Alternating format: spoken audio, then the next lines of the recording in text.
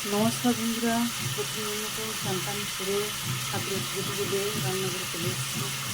আজকে রান্না করব খাসির চর্বি দিয়ে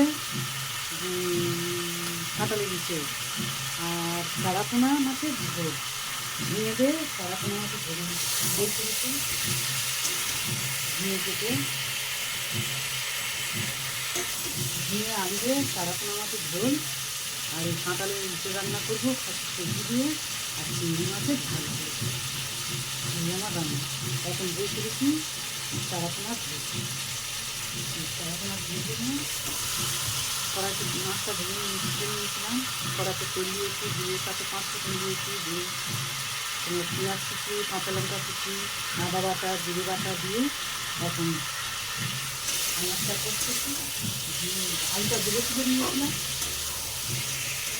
কারণ ঝিঙের সাথে দিলে তো আলুটা ভালো যাবে না। আলুটা আলাদা করে ভেজে তুলে নিয়েছি, তারপরে সব কিছু দিয়ে কষে ওই লাস্টে ঝিঙেটা দিয়ে দিয়ে এবার হালকা একটু পাতলা করে চারাপোনা মতো ঝোল আর কাঁঠালি ইঁচড় রান্না করবো খাসির চর্বি।